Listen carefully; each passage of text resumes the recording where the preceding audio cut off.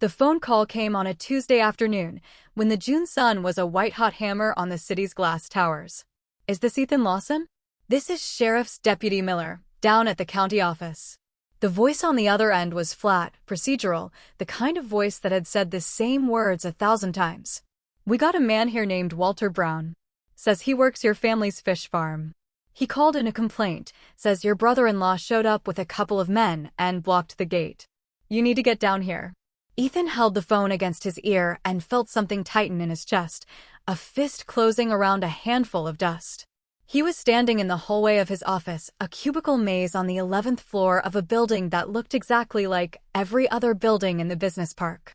Outside the window at the end of the corridor, the city sprawled away into a haze of heat and concrete. He had worked here for 8 years. He rented a 300-square-foot apartment. He rode the subway every morning, clocked in, clocked out, managed projects that nobody would remember, collected a salary that was neither impressive nor insulting. In 8 years, he had rarely taken a sick day, never missed a quarterly review, and had become precisely the kind of man nobody noticed. "I'll be there," he said. "I'm leaving now." He hung up and leaned against the wall for a few seconds, feeling the cheap wallpaper give slightly under his shoulder. Then he walked to his supervisor's cubicle and said there was a family emergency. His supervisor, a man named Greg who wore golf shirts on Fridays and had never asked Ethan a personal question, frowned at the inconvenience and told him to submit a written leave request when he got back. Ethan nodded, already walking away, and took the stairs down to the parking garage 2 at a time. His car was a 6-year-old white sedan, a practical vehicle that had never broken down because he had never asked it to do anything difficult. He started the engine, pulled out of the garage, and pointed the car east, away from the city. The drive would take about an hour and a half. He had made this drive many times over the past 2 years. Every week when his father was sick, then every month after the funeral, then only on holidays, and then less than that. It wasn't that he didn't want to go home. It was that every time he did, he didn't know how to be there. His mother, Margaret, had turned into a porcupine after the funeral, all spines and suspicion, incapable of hearing any word that didn't confirm what she already believed. His older sister, Olivia, always looked at him with something caught in her throat, a sentence she wanted to finish but couldn't, and the weight of her unspoken words pressed on his chest like a stone. And his brother-in-law, Derek Thornton. Derek was always enthusiastic, always slapping Ethan on the shoulder and saying, "Brother, anything you need, you just say the word." But the smile never reached his eyes. It floated on the surface of his face like algae on a pond, and underneath it, the water was dark and you couldn't see the bottom. His father, Daniel Lawson, had died 2 years ago. Liver cancer. By the time they found it, the disease had already spread through him like a slow poison, and the doctors gave him 6 months. He lasted 4. In his final weeks, Daniel had shrunk into himself, his eye sockets deep hollows, the veins on the backs of his hands standing out like dry riverbeds. One evening, near the end, he had a sudden surge of energy, the kind that sometimes comes right before the final drop. He asked Margaret to raise the head of the bed, and when he was sitting up, he beckoned Ethan close. Outside the window, it was June then too, the sky impossibly blue, the clouds impossibly white, and the light fell across the bed in a way that made everything feel suspended, as if time itself had stopped to listen. "Ethan," his father said, his voice thin as paper. "The farm. I'm leaving it to you. Take care of it. Don't let your mother worry." He paused to catch his breath, and the effort of those few words seemed to drain something vital from him. "Your sister married out. She has her own life. You have yours. But your sister, I owe her. I owe her more than I can say. When you're on your feet, when you're doing well, don't forget to pull her up with you." Ethan had nodded, his eyes burning, and said, "I promise, Dad." At the time, he hadn't understood what his father meant by "I owe her." He only knew the facts of his childhood, the ones he had always known but never really examined. He knew that Olivia had walked him to school every morning, holding his hand, and that she had saved her lunch money to buy him erasers and pencils. He knew that her grades had been good enough for any college in the country, but when application time came, she had only applied to schools within driving distance. He knew that during his sophomore year, when their father was first diagnosed with liver problems, Olivia had quit her internship in the city without a word and come home to help run the farm. The farm had started with a single pond, barely 5 acres of water. Olivia and their father had dug the second and third ponds by hand, shovel by shovel, under a sun that peeled the skin off their backs in sheets. She had lost 3 layers of skin that summer. Her hands had grown calluses thick as leather. For 2 years, she had barely slept, and she had raised the fingerling survival rate from 60% to over 90%. Then she met Derek Thornton at a county fair, and a year later she married him and moved to the next town over, and after that, she came back to the farm less and less. During those years, Ethan had been in graduate school, and every month, like clockwork, $1,000 appeared in his bank account. The transfer always came from Olivia. He had never forgotten any of this. He kept it in a locked room at the very back of his mind, a room he rarely entered because every time he did, he had to face other things too. The way his father's eyes had reddened on Olivia's wedding day. The way his mother had treated Olivia over the past 2 years, the sharp words and the cold shoulders.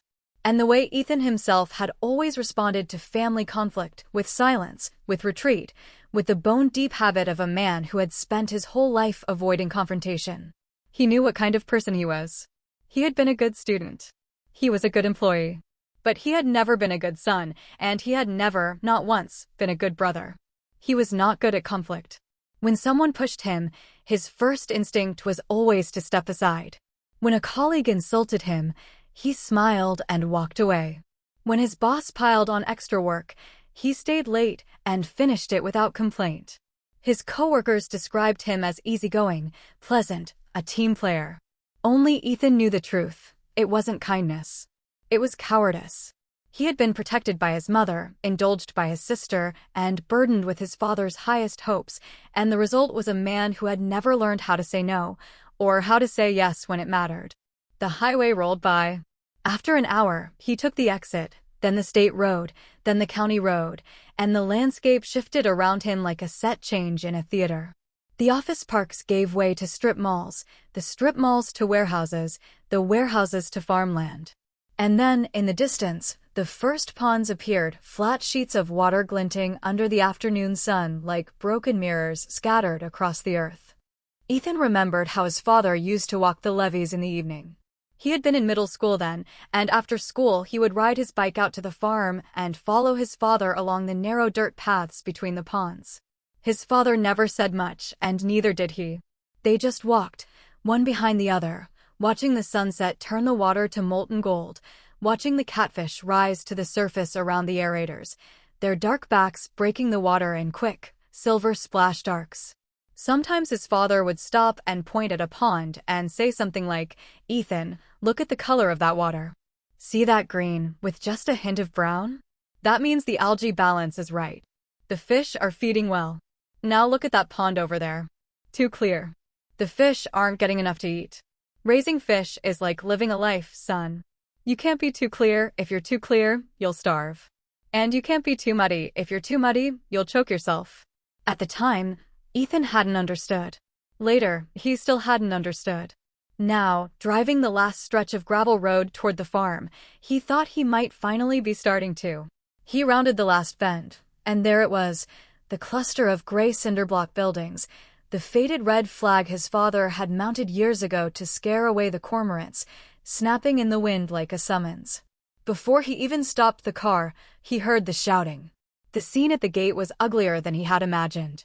A white panel van was parked sideways across the entrance, blocking the gravel drive completely.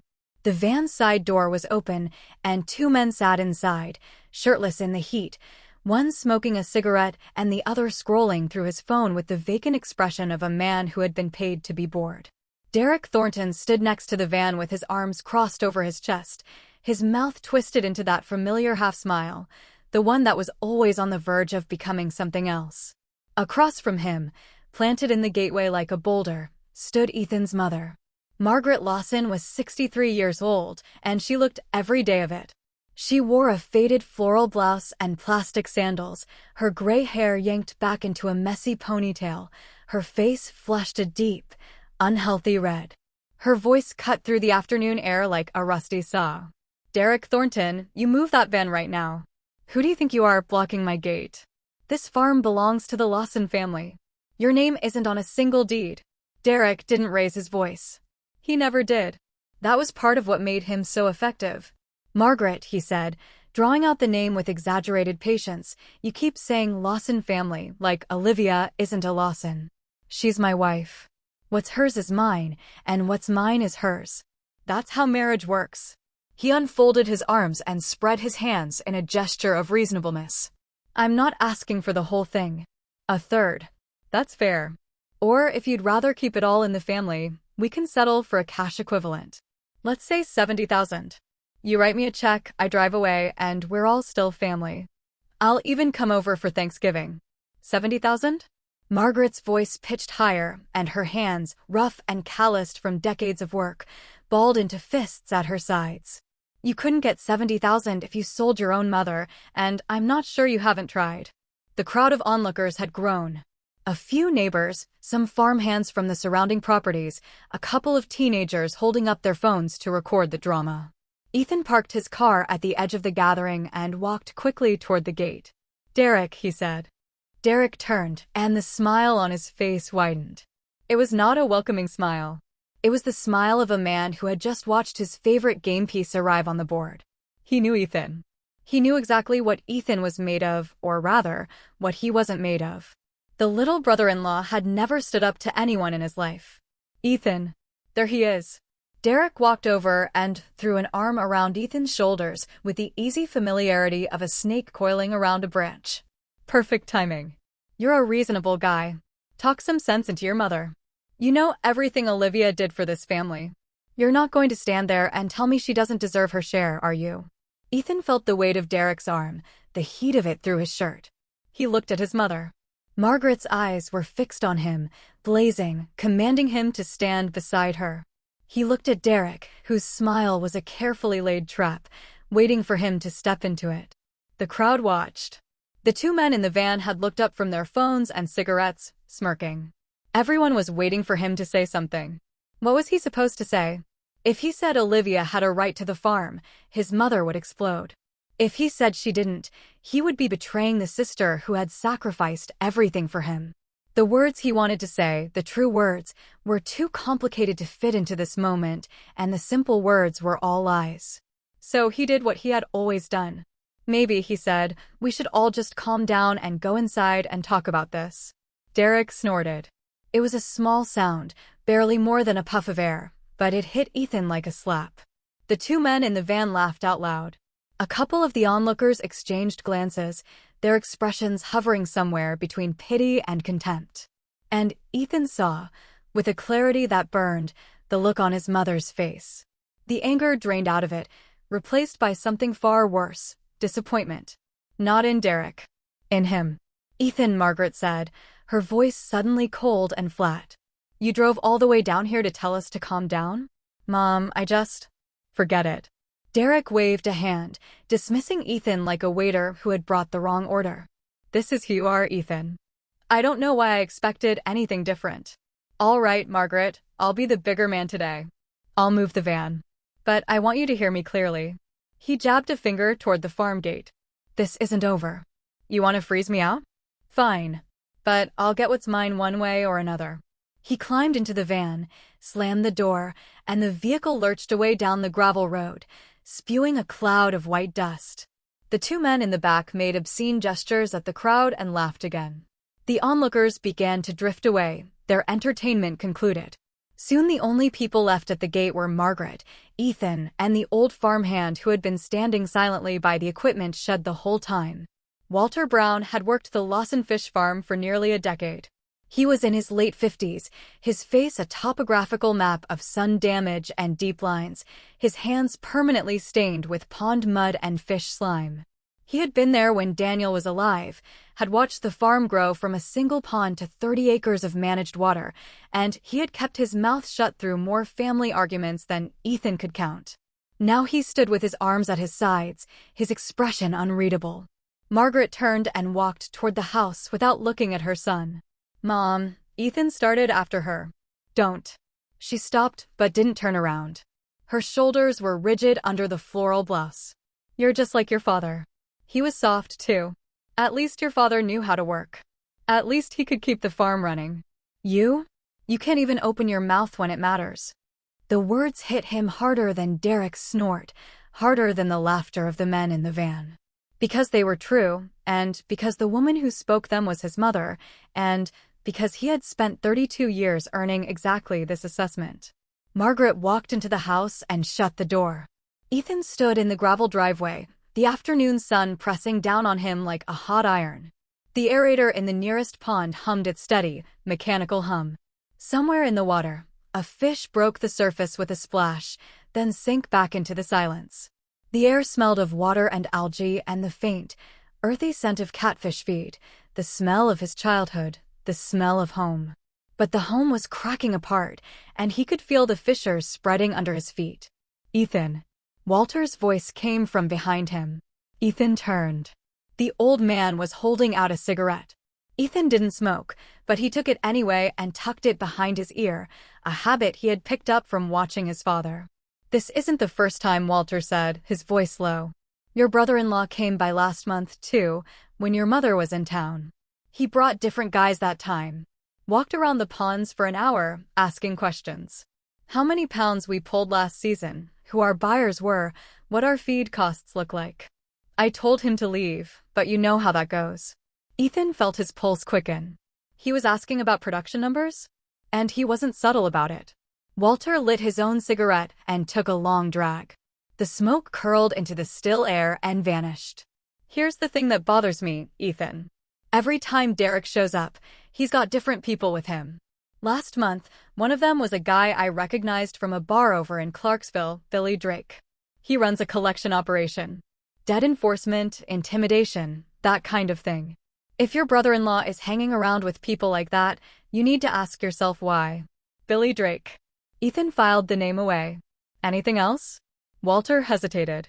He looked out over the ponds, his jaw working as if he were chewing on something tough. "Your mother's not doing well," he said finally. "She made me promise not to tell you, but she's been having dizzy spells. Last week she nearly fell into Pond 5. She says it's low blood sugar, but I've been around long enough to know the difference. You might want to get her to a doctor." "I will," Ethan said. "Thanks, Walter." "Don't thank me." Walter ground his cigarette out under his boot heel. "Your father was good to me. I'm not going to stand here and watch everything he built get torn apart by that vulture." He turned and walked toward the equipment shed, his silhouette small against the expanse of shimmering water. Ethan stayed where he was, looking down at Pond 5. It was stocked with channel catfish, nearly market size now, their dark shapes moving just below the surface. In another 2 weeks, they'd be ready to harvest. The water was still, reflecting the blue sky and the white clouds, a perfect picture of a perfect afternoon. He thought about the day his father had stalked the first fingerlings into this pond.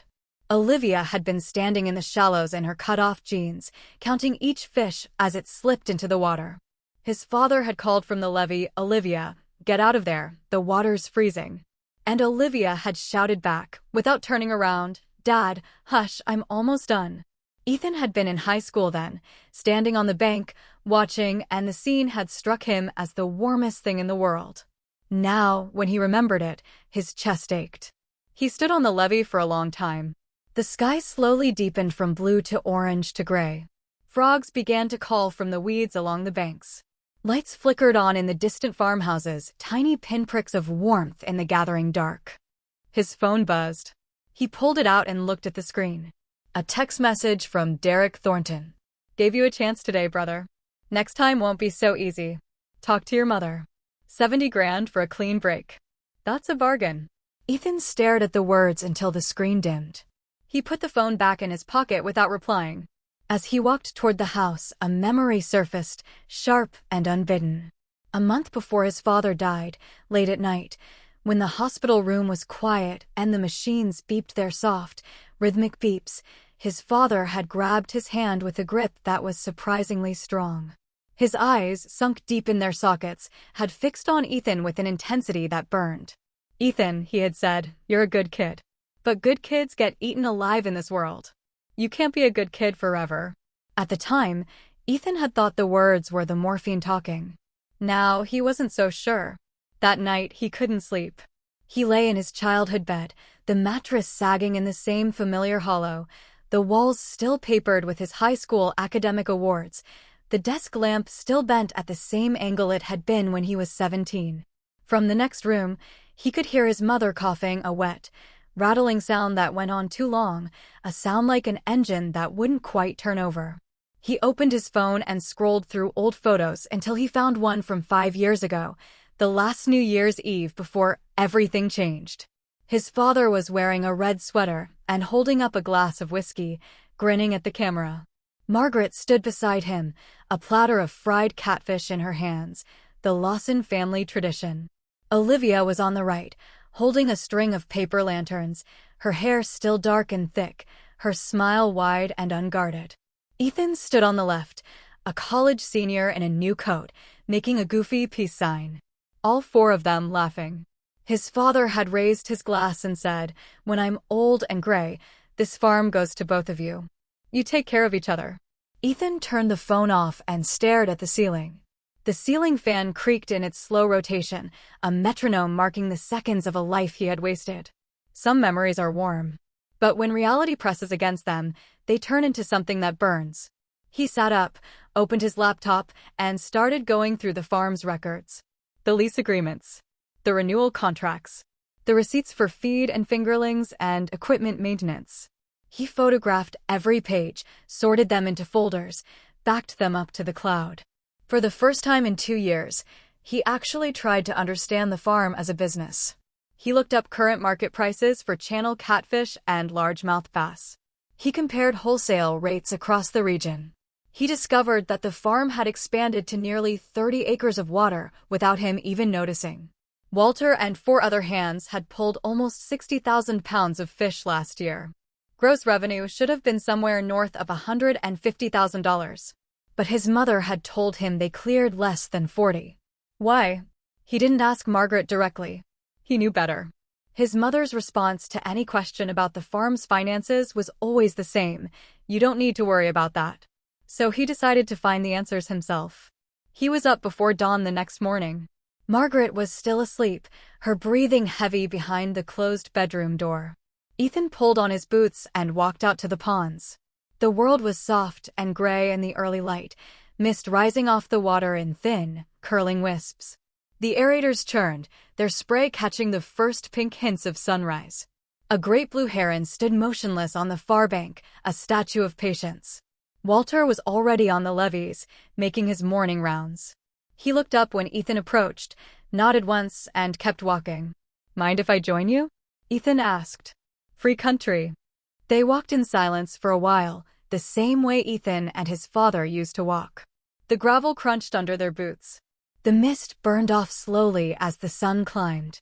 After they had checked 3 ponds, Ethan said, "Walter, I need to ask you something. Last year's harvest, what was the actual take?" "Channel cats, around 35,000 pounds. Base, maybe 25. Plus some miscellaneous. And after costs? Feed, electricity, wages, medication, equipment depreciation." Walter glanced at him. His pace slowed. Net profit was somewhere around 65,000. Ethan stopped walking. "My mother told me it was less than 40. Walter didn't say anything. The aerator in the nearest pond hummed into the silence. The heron took off from the far bank, its wings beating slow and heavy. "Walter," Ethan said, keeping his voice even, "the difference between those 2 numbers, where did it go?" For a long moment, the old man just stood there, looking out over the water. Then he sighed and pulled out his pack of cigarettes. "Ethan, some things aren't my place to say. Telling you puts me in the middle, and I've spent my whole life staying out of the middle of other people's business." He lit a cigarette and took a drag. "But you asked, so I'll tell you one thing. Your mother has a cousin. Name's Leo Harrison.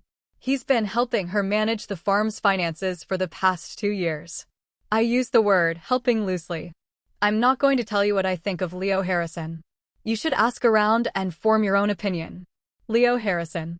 Ethan remembered him now. A second cousin on his mother's side, a man with a slicked-back haircut and a black sedan and a handshake that was always a little too firm. He had met Leo a few times at family gatherings, and each time, Leo had clapped him on the shoulder and said, "Look at you, the big city boy," making us all proud. He had never asked Ethan a single question about his life. "Besides the money," Ethan said, "what else does Leo do around here?" "He handles the buyers. When your father was alive, he sold directly to processors and wholesalers. Transparent pricing, long-term relationships." But after he passed, Leo stepped in and said he had connections. The buyers he brought in pay 10, sometimes 15% below market. Your mother trusts him. Anyone who says otherwise is just stirring up trouble, as far as she's concerned. Ethan felt a cold, steady anger settle into his stomach. Not a flare-up, not something that would burn out quickly, but something slow and enduring, like a pilot light.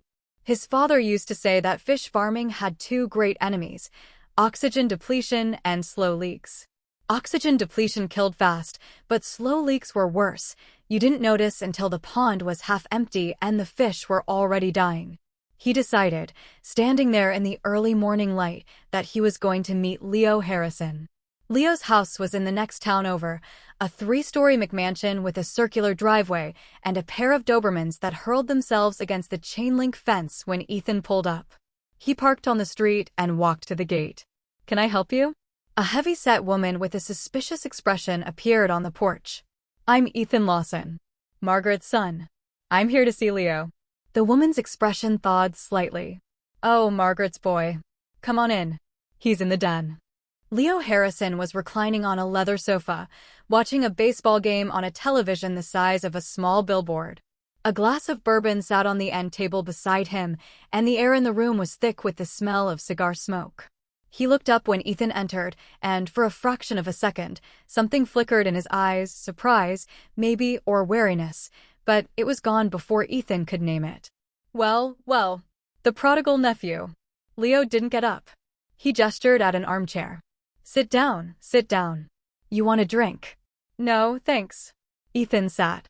"Leo, I'm here about the farm." "The farm? What about it?" "I've been going over the books.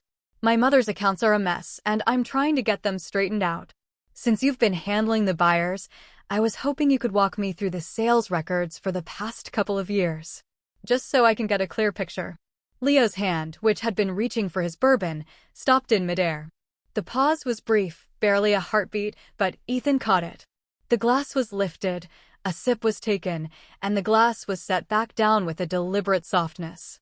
"Ethan," Leo said, and his voice had lost its gregarious warmth, "what exactly are you implying?" "I'm not implying anything. I'm just asking for the records." "You're just asking." Leo sat up, planting his feet on the floor, and fixed Ethan with a stare that was probably meant to be intimidating. "Let me tell you something, nephew. This farm would have gone under 2 years ago if it weren't for me. Your father died, and the buyers scattered. I was the one who brought them back. I was the one who kept the cash flowing while you were up in the city playing office. Your mother was alone. Your sister married that walking disaster Derek Thornton, and we all know how that turned out. I've been the only one holding this thing together. And now you show up after 2 years of doing nothing and you want to audit me. Leo, I'm not trying to." "Then what are you trying to do?" Leo's voice rose. Outside, the Dobermans started barking, picking up on their owner's agitation. "You think I'm stealing from your mother? Is that it? You think I've been skimming off the top?" Ethan took a breath. He felt the old instinct rising, the urge to apologize, to backpedal, to smooth things over. But he pushed it down. The anger in his stomach was still there, cold and steady. "Leo," he said, and his voice came out calm, "I'm going to be direct with you. I've looked at the market prices. I know what the processors are paying per pound. The buyers you brought in are paying 15% below that, consistently, across every harvest for the past 2 years. If that's just bad negotiating, fine. But if there's something else going on, if you're getting a cut from those buyers on the side, then we have a problem." Leo's face went very still. The color drained out of it, then rushed back in a dark, mottled red. He stood up. "Get out of my house. I'm not leaving until I see the records." "You want records?" Leo stomped to a desk in the corner, yanked open a drawer, and pulled out a crumpled manila folder. He threw it on the coffee table. "There. The last 3 months. Knock yourself out."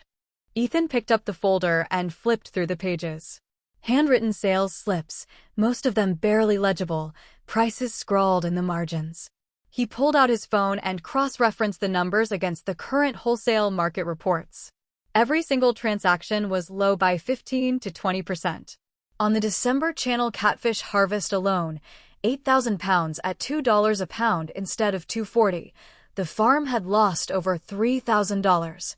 Multiplied across 2 years of harvests, the total was substantial. He closed the folder and set it back on the table. "Thank you," he said. "I've seen enough." "What's that supposed to mean?" "It means I'll be taking over the buyer relationships from now on. I appreciate everything you've done for my mother, but the farm is under new management." Leo stared at him. For a moment, he seemed genuinely at a loss for words. Then his expression hardened into something ugly. "You think you can just walk in here and take over? You? The kid who hasn't done a day of real work in his life? Your mother will never agree to this." "My mother," Ethan said, walking toward the door, "will do what she thinks is best for the farm. And I think when I show her the numbers, she'll come around." He paused at the door and turned back. "One more thing, Leo. The money you borrowed from her, how much was it exactly? I'd like to pay it back. Have your lawyer send over a detailed accounting. We'll settle it formally." The word lawyer landed in the room like a grenade. Leo's mouth opened, then closed. The Dobermans were still barking. Ethan walked out, got into his car, and sat there for a moment with his hands on the steering wheel. They were trembling. He had never spoken to anyone like that in his life. His shirt was soaked with sweat. But beneath the adrenaline and the fear, there was something else, something he hadn't felt in years, the faint, unfamiliar stirring of his own backbone. He pulled out his phone and sent a text to an old college friend. "Chris, it's Ethan. I need a lawyer. Can we meet this weekend? There's a lot to go over."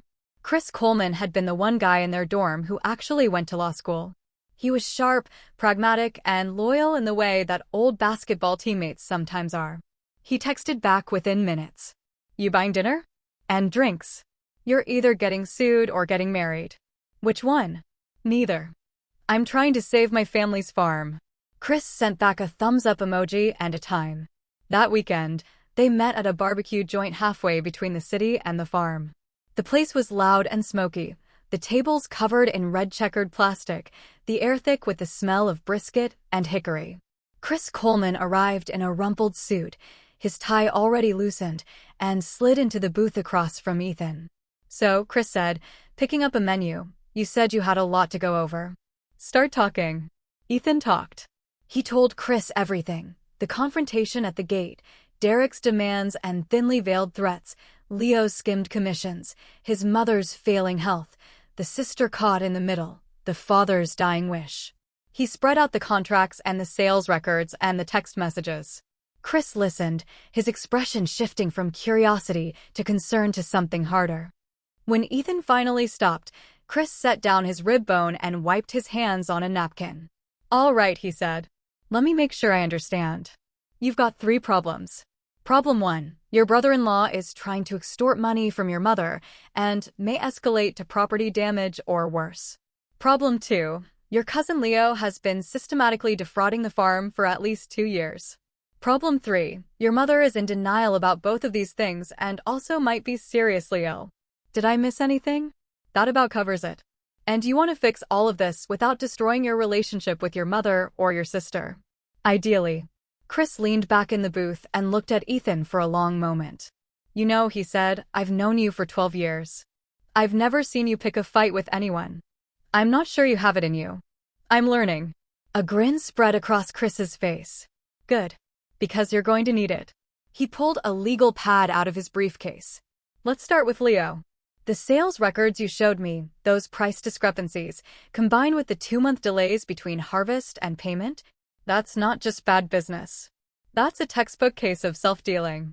If he was taking kickbacks from the buyers, which is what it looks like, he's exposed to both civil and criminal liability. We sent him a formal demand letter. We threatened to file a complaint with the state attorney general's office, and I guarantee he'll back off. Guys like Leo don't want scrutiny. They want to keep doing what they're doing under the radar. And Derek's a different animal. He's not committing fraud. He's just being a bully. The good news is bullies are predictable. He'll keep escalating until he hits a wall. Your job is to be the wall. Document everything. Every text, every visit, every threat. Install security cameras on the farm. If he shows up again, call the sheriff immediately. Get an official report. Build a paper trail. If he ever tries to take this to court, we'll bury him in it. Ethan nodded slowly. And my sister? Chris's expression softened. That's the hard one. You can't protect her from the truth forever. But you can protect her legally. You said you're setting up a new company for the farm? Put her on the cap table. Give her shares. But structure them so Derek can't touch them. We can draft a provision that ties her equity to her personal control. If she's married to Derek, the dividends go into a trust that only she can access. If they divorce, the shares revert to her outright. Either way, he gets nothing. Ethan felt something loosen in his chest. You can do that? I'm a lawyer. I can do anything with enough paperwork. Chris signaled the waiter for another beer. But Ethan, I need you to understand something. The law can protect your assets. It can't protect your heart. If you go down this road, you're going to have to stand up to your mother. You're going to have to face your brother-in-law. And your sister is going to get caught in the middle, whether you want her to or not. Are you ready for that? The barbecue joint hummed around them, the clatter of plates, the burst of laughter from a nearby table, the sizzle of meat on the grill. Ethan looked at the pile of documents spread across the table, the evidence of 2 years of betrayal and neglect. He thought about his father's hands, rough and sun-spotted, gripping his own with desperate strength. He thought about his sister, counting fingerlings in freezing water. I'm ready, he said. Chris raised his beer. Then let's get to work. They clinked bottles, and Ethan felt, for the first time in longer than he could remember, that he was moving in the right direction. When he got home that night, the house was dark. His mother had already gone to bed. Ethan sat at the kitchen table with his laptop and worked until 3 in the morning, drafting a business plan for the farm's new entity. He called it Lawson Aquaculture Incorporated. The plan had 3 phases: infrastructure upgrades, direct-to-market sales channels, and an employee equity program that would give Walter and the other hands a real stake in the operation. He wrote a job description for a new sales manager, himself, at least for now, and started researching buyers who would pay market rate for high-quality, sustainably raised catfish. He was still at the table when the first gray light of dawn crept through the kitchen window. He heard his mother's footsteps in the hallway, the shuffle of slippers, the creak of the bathroom door. A few minutes later, she appeared in the kitchen doorway, her hair disheveled, her eyes puffy with sleep. You're up early, she said. I never went to bed. She looked at the laptop, the scattered papers, the empty coffee mug. What are you doing? I'm fixing things, Mom. She stared at him, and for a moment, her expression was unreadable. Then she turned and walked to the coffee maker. Your father used to do that. Stay up all night working on some project. I'd find him asleep at the table in the morning, his face stuck to a ledger. She filled the carafe with water, her movements automatic. He always said you'd take over someday. I didn't believe him. Ethan didn't know what to say. He watched his mother measure out the coffee grounds, her hands steady despite the tremor he had noticed in them lately. The morning light caught the deep lines around her eyes, the silver roots of her hair, the slight stoop in her shoulders that hadn't been there 2 years ago. Mom, he said, I need to talk to you about Leo. She paused, the scoop of coffee hovering over the filter. What about him? Ethan took a breath. Then he told her. He showed her the sales records, the market comparisons, the money that had been slowly, quietly draining out of the farm. He spoke calmly, without accusation, letting the numbers speak for themselves. When he finished, Margaret was silent for a long time. She stood at the counter, her back to him, her hands gripping the edge of the formica. He was my cousin, she said finally, her voice small. He said he was helping. I know, Mom. Your father never trusted him. Did you know that? He told me years ago. He said Leo was a snake. I told him he was being paranoid. She turned around, and her eyes were wet. I let him steal from us. From your father's farm. And I yelled at you for trying to stop him. Ethan stood up and crossed the kitchen. He put his arms around his mother, and for a moment she resisted, her body stiff with the habit of strength. Then she let go, her shoulders sagging, and she cried quiet, heaving sobs that shook her thin frame. Ethan held her and said nothing, and outside the kitchen window, the sun rose over the ponds, turning the water to gold. After that, things moved quickly. Leo Harrison received a letter from Chris Coleman's office, printed on heavy legal letterhead, outlining the evidence of self-dealing and the potential consequences. 3 days later, Leo called Margaret and told her, in a voice dripping with wounded dignity, that he was stepping away from the farm's affairs. He said he wouldn't be needing repayment of the loans he had made over the years. Consider them a gift to the family, he said. Margaret hung up the phone and stared at the wall for a full minute. Then she said a word that Ethan had never heard her say before, and her eyes filled with tears again, but this time they were tears of fury. The incorporation of Lawson Aquaculture went smoothly. Chris handled the paperwork, filing the articles of organization and drafting the operating agreement. Margaret took 40% of the shares. Ethan took 40%. The remaining 20% was set aside as an employee equity pool. Walter was named operations director with a salary increase and a 5% stake. When Ethan sat down with him to go over the terms, the old man read the document in silence, his lips moving slightly over the words. When he finished, he looked up and his eyes were glistening. "Your dad," he said, his voice rough. He used to talk about doing something like this. Giving the crew a piece of the pie. He never got around to it. He picked up the pen and signed his name in careful, blocky letters. "He'd be proud of you, Ethan." Ethan had to look away. The sales channels took more work. Ethan spent 2 weeks on the road, visiting processors, distributors, and farmers' markets across the region. He called in favors from old classmates, pitched the farm story to specialty grocers, and set up an online direct-to-consumer store. The first harvest under the new brand Lawson Select, with a logo of a leaping catfish against a sunrise, went out at $2.50 a pound, a full quarter above the old price. The orders came in faster than they could process them. He did all of this quietly. No social media posts, no announcements to the extended family. Every night, he worked in the small office off the equipment shed, reconciling accounts and planning the next day's tasks. Sometimes, when he looked up from his spreadsheets, he would see his mother standing in the doorway, watching him. She never said anything.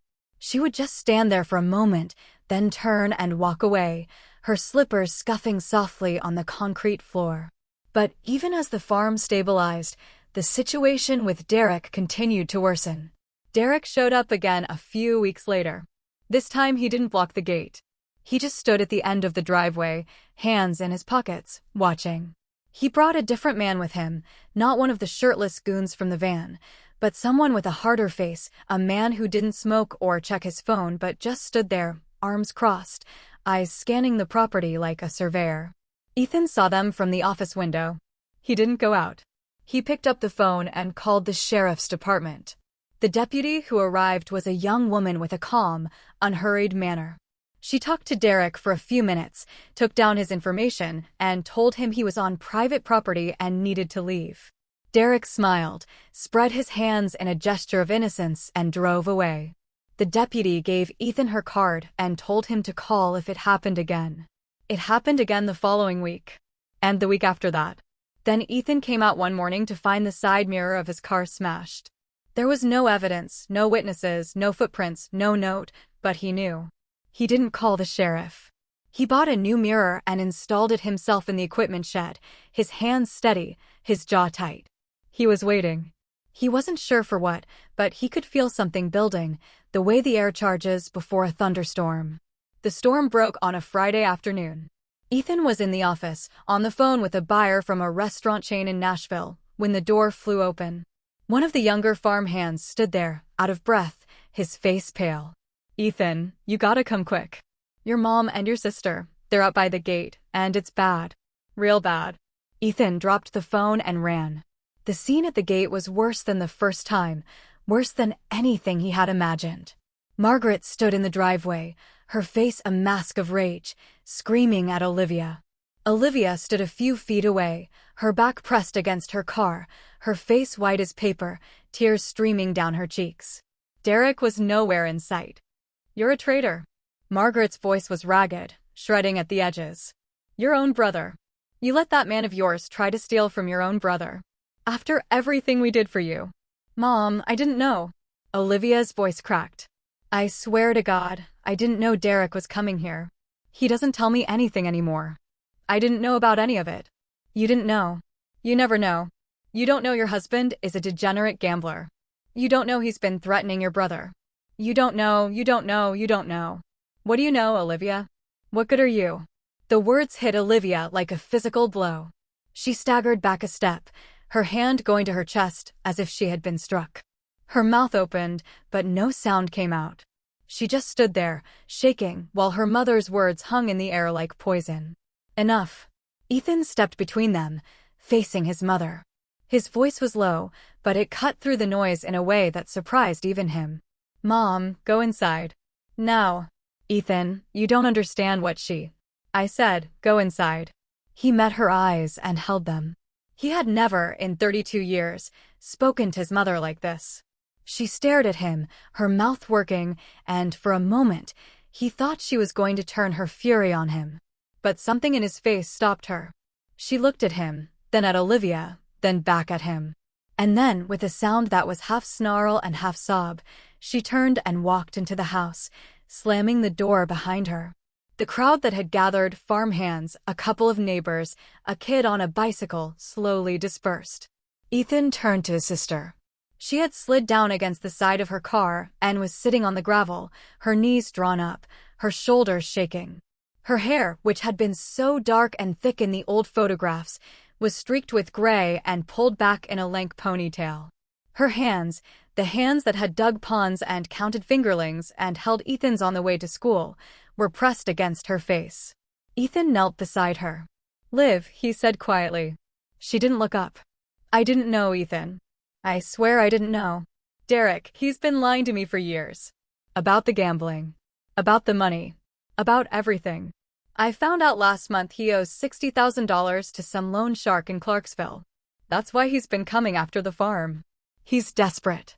She lowered her hands, and her face was ravaged, her eyes red-rimmed and swollen. I've been so stupid. I've been so stupid, and I didn't know how to tell you, and I didn't know how to tell Mom, and I've just been so alone. Her voice dissolved into sobs. Ethan sat down on the gravel beside her and put his arm around her shoulders. She was so thin. He could feel her bones through her shirt, the sharp ridges of her shoulder blades, the knobs of her spine. She felt like a bird, something fragile that had been battered by a storm. Remember when we were kids, Ethan said, and those older boys used to pick on me at the bus stop? You went after the biggest one and scratched his face so bad his mother called the school. Olivia let out a wet, shaky sound that might have been a laugh. He deserved it. You were so brave. I used to think you were the bravest person in the world. I'm not brave anymore. She wiped her nose on her sleeve. I'm just tired. Then let me be brave for a while. Ethan tightened his arm around her. I'm setting up a new company for the farm. There's a place for you in it. Not for Derek, for you. I had Chris draft special terms. The shares can't be touched by anyone but you, no matter what happens with your marriage. If you need a place to stay, you can have the old bunkhouse. I'll help you fix it up. Olivia looked at him, her eyes searching his face. Why would you do that? After everything Derek has done? Because you're my sister. Because you carried me through my whole childhood. Because Dad told me to look after you, and I've spent 2 years failing at that, and I'm not going to fail anymore. She stared at him, and then the tears came again, but they were different this time, not the violent, shaking sobs of a few minutes ago, but something softer, something that had been dammed up for years and was finally, slowly, beginning to flow free. The sun was going down. The ponds turned from blue to orange to deep violet. The aerator lights clicked on automatically, casting white circles on the dark water. The fish gathered under them, their dark shapes turning slow, lazy circles, occasionally breaking the surface in a flash of silver. In the distance, the lights of the farmhouses flickered on, one by one, like stars waking up. Ethan helped his sister to her feet and walked her to the old bunkhouse. It was dusty and cluttered, filled with old equipment and boxes of files, but the structure was sound. He told her they would clean it out tomorrow, paint the walls, Put up curtains. She nodded, too exhausted to speak, and he left her there with a blanket and a pillow and a promise to come back in the morning. Then he walked back to the office and sat down at his desk. He pulled out his phone and played the recording he had made weeks ago, the conversation between Derek and Walter that Walter had captured on his spare phone. Derek's voice, tinny but unmistakable. Once the old lady kicks it, there's no one left to protect the place. Ethan's a spineless jellyfish. I'll have that farm signed over within a year. He had never played it for Olivia. He had thought about it many times, but every time he imagined the look on her face, he stopped. She was already carrying too much. Adding this weight to her load felt cruel. But the recording was still there, backed up to the cloud and saved to a flash drive in his desk drawer. It was a weapon, and he would keep it sharp. That night, Olivia started coming back to the farm. At first, it was just on weekends, when Margaret was at her bridge club or running errands in town. She would arrive early in the morning and work alongside Walter, feeding the fish, checking the oxygen levels, repairing the netting. She didn't talk much, but she worked hard, her body slipping back into the old rhythms as if no time had passed at all. Walter, who had known her since she was a teenager, said nothing about her absence. He just handed her a pair of waders and pointed at the pond that needed attention. One evening, Ethan came back from a sales meeting to find his mother and sister sitting on the porch together. They weren't talking. They were just sitting, 2 chairs side by side, watching the sun go down over the ponds. A mug of coffee sat on the arm of each chair, and between them, on the floorboards, the old yellow dog that Margaret had adopted was sprawled on its back, paws in the air, snoring softly. Ethan didn't interrupt. He parked the car and walked the long way around to the office, giving them their silence. Some things can't be rushed. Some things have to heal on their own time. Derek came back one last time. It was late July, the hottest part of the summer, the air so thick with humidity it felt like breathing soup. Ethan was in the equipment shed, repairing a broken aerator motor, when he heard tires on the gravel. He wiped the grease off his hands and stepped outside. Derek was alone. He looked terrible, unshaven, his eyes sunken, his shirt wrinkled and stained. He had lost weight, and not in a healthy way. He stood by his car, which was old and battered, a far cry from the panel van he had used to block the gate. He didn't approach the house. He just stood there, waiting. Ethan walked over. "What do you want, Derek?" Derek flinched at the sound of his voice. His eyes darted around the property, taking in the new signage, the repaired fences, the freshly painted buildings. "Liv won't answer my calls," he said. His voice was hoarse, stripped of its old bravado. "She blocked my number. She moved out." "I know. I've been driving around for 3 days. I didn't know where else to go." Derek ran a hand through his greasy hair. "I'm not here to cause trouble. I just want to talk to her. 5 minutes. That's all." "She doesn't want to see you." "You don't know that." "I do." Ethan took a step closer. "I know about the $60,000. I know about Billy Drake. I know you've been sending him to the farm to intimidate us. I know you had him try to steal from the ponds last month. I have it on video, Derek. And I have you on tape, talking to Walter, saying you were going to take the farm when Mom passed." Derek's face went gray. "Ethan, here's what's going to happen." Ethan's voice was quiet, but it carried the weight of everything he had learned over the past 2 months. "You're going to get back in your car, and you're going to drive away, and you're not going to come back. You're going to pay off your debts, and you're going to get help for your gambling, and when you've done all of that, when you can prove you've changed, then, and only then, you can contact my sister, if she wants to hear from you. But until that day, you don't set foot on this property again. Do you understand?" Derek stared at him. He looked at the house, at the ponds, at the flag snapping in the breeze. His mouth worked, forming words that didn't come. Then his shoulders sagged, and all the fight went out of him. He looked, in that moment, not like a predator, but like a man who had spent years running from himself and had finally run out of road. "Yeah," he said. "I understand." He got into his car and drove away. Ethan watched until the car disappeared around the bend. Then he walked back to the equipment shed and finished repairing the aerator motor. His hands were steady. His heart was calm. When he was done, he washed the grease off his hands and went inside to tell his sister. Olivia's divorce was finalized in September. It was not a clean break, nothing involving Derek Thornton could be clean, but it was final. The judge signed the papers, and Olivia walked out of the courthouse into the bright autumn sunshine. Ethan was waiting for her on the steps. "How do you feel?" he asked. She looked up at the sky, at the blue vastness of it, at the cotton ball clouds drifting lazily toward the horizon. "Lighter," she said. "I feel lighter." They drove back to the farm in silence, the windows down, the radio playing an old country song that their father used to hum. When they pulled into the driveway, Margaret was standing on the porch, the yellow dog at her feet.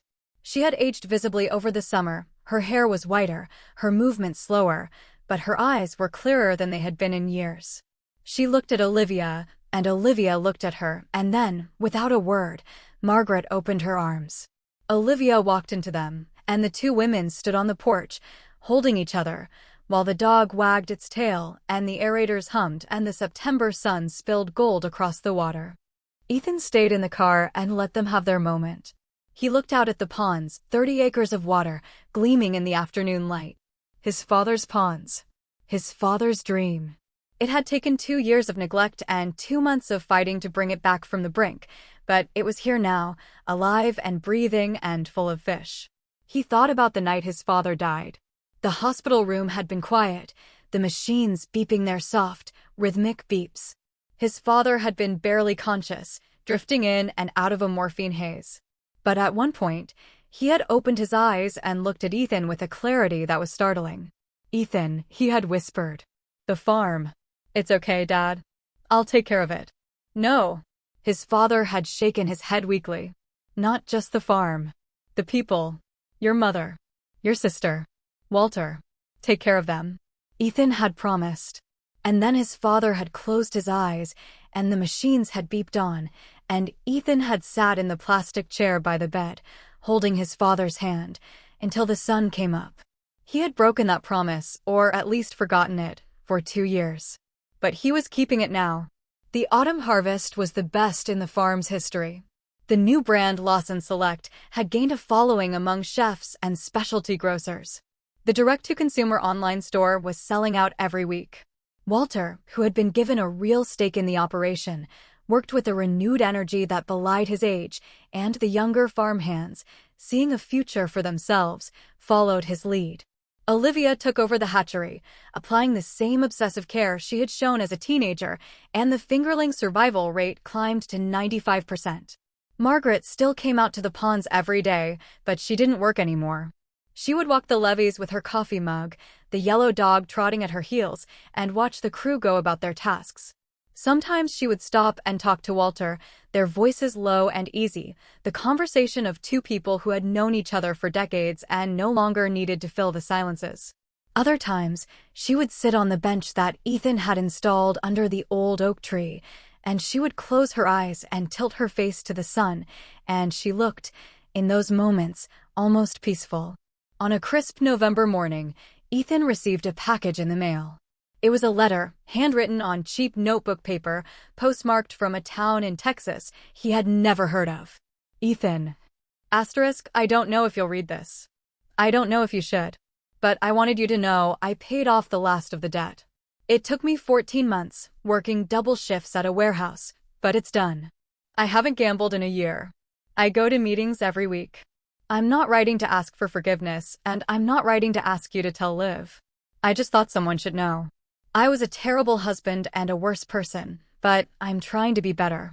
Maybe that counts for something, Derek."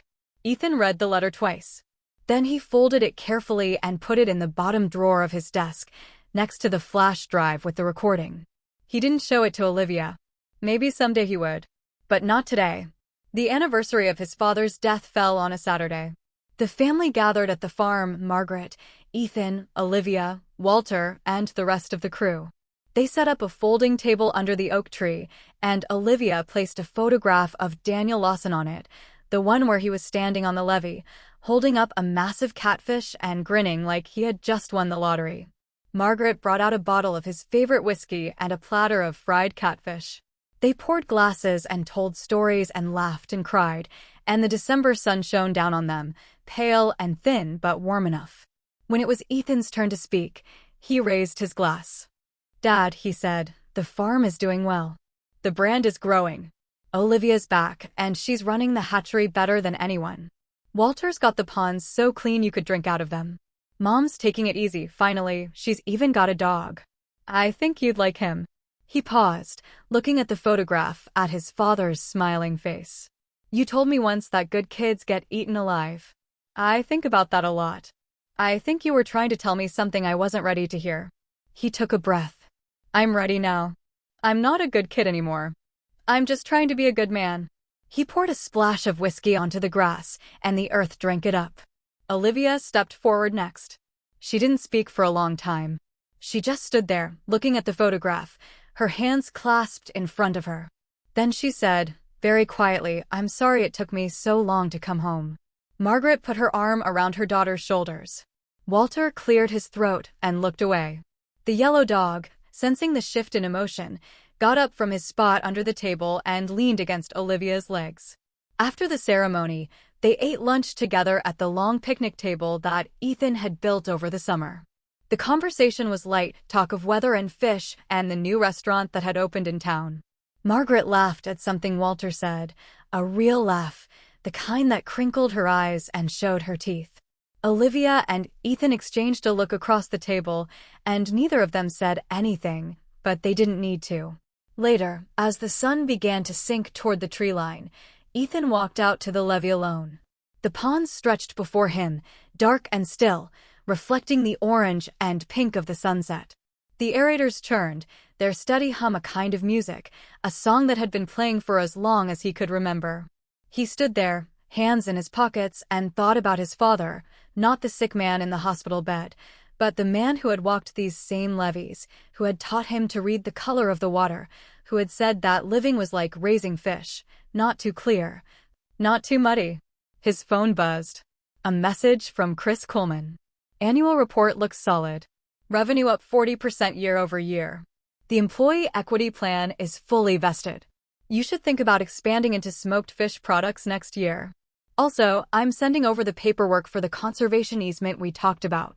Sign it when you get a chance. Ethan typed back a single word, thanks. He put the phone away and looked out over the water. A fish jumped in Pond 5, a flash of silver in the fading light. The flag on the pole snapped in the breeze. Behind him, he could hear the faint sound of laughter from the house, his mother's voice and his sister's, rising and falling in the easy rhythm of a conversation that had been too long interrupted. He stayed on the levee until the last light faded and the stars came out, one by one, reflected in the dark water like scattered seeds. Then he turned and walked back toward the house, toward the warmth and the voices and the smell of coffee and fried fish, toward the family that had almost come apart and was slowly, carefully, stitching itself back together. The farm was his now. But it had never really been about the farm. It had been about the people. And he was done letting them down.